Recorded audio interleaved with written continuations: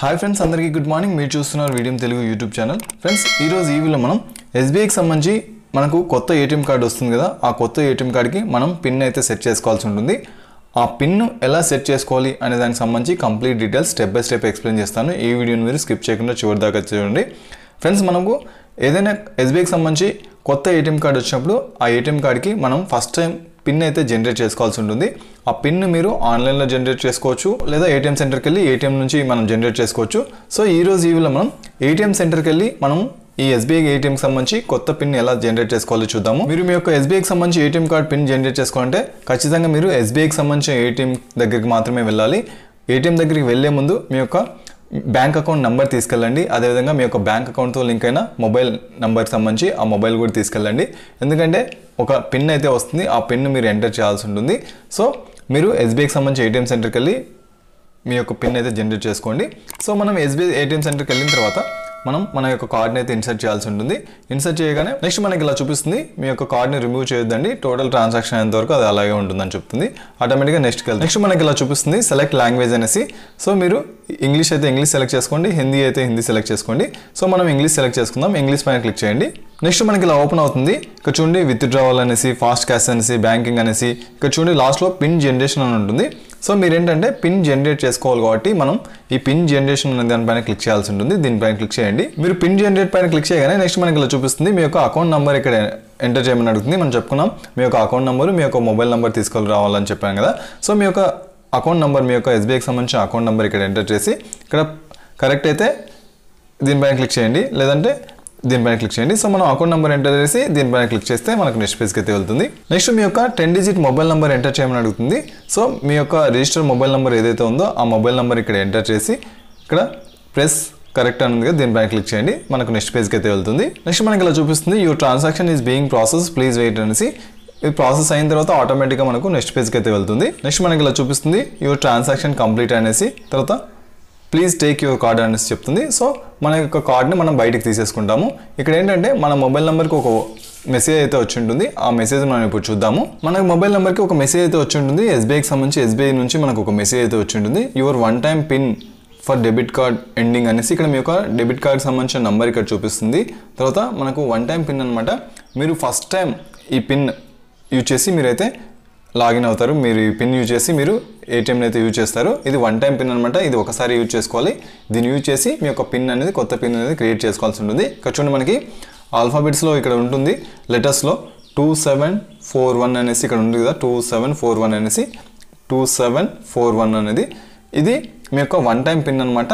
ఈ one time pin use చేసి మీ యొక్క పిన్ అయితే, కొత్త పిన్ అయితే సెట్ చేసుకోవాల్సి ఉంటుంది.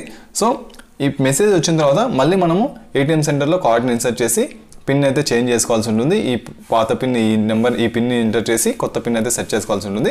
సో మళ్ళీ మనం ఏటీఎం దగ్గరికి వెళ్దాం. సో ఏటీఎం దగ్గరికి వెళ్ళగానే ప్లీజ్ ఇన్సర్ట్ యువర్ కార్డ్ అని ఉంటుంది. మీ యొక్క కార్డ్ని దీంట్లో ఇన్సర్ట్ చేయండి. ఇన్సర్ట్ చేయగానే నెక్స్ట్ మనకి ప్రాసెస్ అవుతుంది. నెక్స్ట్ ఇది ఇలా చూపిస్తుంది అనమాట, ప్లీజ్ డూ నాట్ రిమూవ్ అనేసి. సో ప్రాసెస్ అయ్యేంత వరకు రిమూవ్ చేయొద్దని చూపిస్తుంది. ఆటోమేటిక్గా మనకు నెక్స్ట్ పేజ్కి అయితే వెళ్తుంది. నెక్స్ట్ మనకి ఇలా చూపిస్తుంది లాంగ్వేజ్ సెలెక్ట్ చేసుకోమనేసి.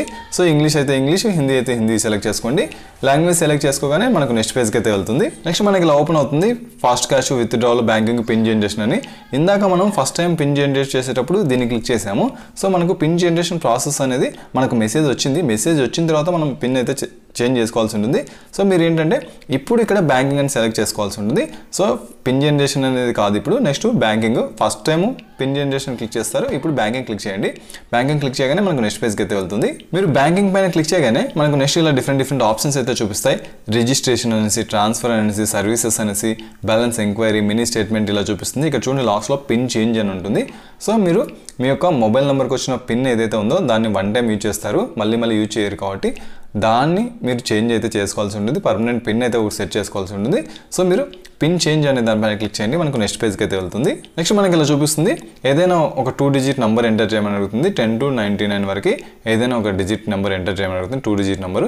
సో 52 అని ఏదో ఒక 2 నెంబర్ ఎంటర్ చేసి ఇక్కడ ఎస్ పైన క్లిక్ చేస్తే మనకు నెక్స్ట్ పేజ్కి అయితే వెళ్తుంది. నెక్స్ట్ ఇక్కడ చూడండి please enter your current pin. ఇందాక మన మొబైల్ నెంబర్కి ఏదైతే వచ్చిందో 2741 అనేసి, ఇందాక మనకు నెంబర్ చూపించాం కదా, ఒక పిన్ నెంబర్.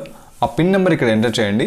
ఆ నెంబర్ ఇది కరెంట్ పిన్ అనమాట. ఇది వన్ టైం యూజ్ చేస్తాం కాబట్టి ఆ నెంబర్ని ఇక్కడ ఎంటర్ చేయండి. ఎంటర్ చేయగానే ఆటోమేటిక్గా మనకు నెక్స్ట్ పేజ్కి అయితే వెళ్తుంది. నెక్స్ట్ ఇక్కడ చూడండి please enter your new pin అనేసి. సో ఇందాక యూజ్ చేసింది 1 టైం పాస్వర్డ్. సో దాన్ని మీరు చేంజ్ చేసుకోవాలి కాబట్టి ఇక్కడ మీకు ఏదైతే కంఫర్టబుల్గా ఉంటుందో మీకు 4 డిజిట్ పిన్ అయితే మీరు కొత్త పిన్ మీరు సెట్ చేసుకోవాల్సి ఉంటుంది. సో మీకు గుర్తుండే పిన్ ఏదైతే ఉందో ఫర్ ఎగ్జాంపుల్ 1 2 3 4 అనుకోండి. 1 2 3 4 సెట్ చేసుకోండి, ఇక్కడ ఎంటర్ చేయండి, ఇదే మీ పిన్ అవుతుంది. అంటే ఇక్కడ 1 2 3 4 అనే తీసుకోవద్దని, మీకు ఏదైతే కంఫర్టబుల్గా ఉంటుందో ఏదైతే సెక్యూర్గా ఫీల్ అవుతారో ఎవరికి తెలియని నెంబర్ కూడా సెట్ చేసుకోండి, 4 డిజిట్ నెంబర్. ఇది సెట్ చేయగానే మళ్ళీ నెక్స్ట్ పేజ్కి అయితే వెళ్తుంది. నెక్స్ట్ మళ్ళీ రీఎంటర్ చేయమని అడుగుతుంది. సో ఇందాక ఏదైతే ఎంటర్ చేశారో 1 2 3 4 అదే నెంబర్ని మళ్ళీ ఇక్కడ రీఎంటర్ చేయమని అడుగుతుంది. రీఎంటర్ చేయగానే ఆటోమేటిక్గా మనకు నెక్స్ట్ పేజ్కి అయితే వెళ్తుంది. నెక్స్ట్ మనకి ఇలా చూపిస్తుంది your transaction is being process అనేసి. ఇది ప్రాసెస్ అవుతుంది, ప్రాసెస్ అయిన తర్వాత ఆటోమేటిక్గా మనకు నెక్స్ట్ పేజ్కి అయితే వెళ్తుంది. నెక్స్ట్ మనకి ఇలా చూపిస్తుంది ట్రాన్సాక్షన్ కంప్లీట్ అనేసి. సో మనం పిన్ జనరేషన్ అనే ప్రాసెస్ కంప్లీట్ అయింది, ట్రాన్సాక్షన్ కంప్లీట్ అయిందని చెప్తుంది. సో నెక్స్ట్ మనకి ఇలా చూపిస్తుంది ప్లీజ్ టేక్ యువర్ కార్డ్ అనేసి. సో ఇందాక మనం ఇన్సర్ట్ చేసిన మన ఏటీఎం కార్డ్ ఏదైతే ఉందో దాన్ని అయితే బ్యాక్ తీసుకోవాల్సి ఉంటుంది. నెక్స్ట్ మనకి ఇలా చూపిస్తుంది థ్యాంక్ యూ అనేసి. సో ఈ విధంగా చాలా ఈజీగా మీరు మీ యొక్క ఎస్బీఐకి సంబంధించిన కొత్త ఏటీఎం కార్డ్కి మీరు పిన్ అయితే జనరేట్ చేసుకోవచ్చు. సో ఫస్ట్ ఏంటంటే ఫస్ట్ స్టెప్లో మీరు పిన్ జనరేషన్లో మీ యొక్క మొబైల్ నెంబర్కి ఒక 1 టైం పిన్ వస్తుంది, ఆ పిన్ని మళ్ళీ మీరు చేంజ్ చేసుకోవాల్సి ఉంటుంది. సో మీరు ఖచ్చితంగా ఏంటంటే మీరు ఏటీఎం సెంటర్కి వెళ్ళే ముందు మీ యొక్క అకౌంట్ నెంబరు మీ యొక్క మొబైల్ నెంబర్ తీసుకెళ్ళండి. మొబైల్ నెంబర్కి వచ్చిన మెసేజ్తోనే మీరు పిన్ అయితే సెట్ చేసుకోగలరు, లేదంటే లేదనమాట.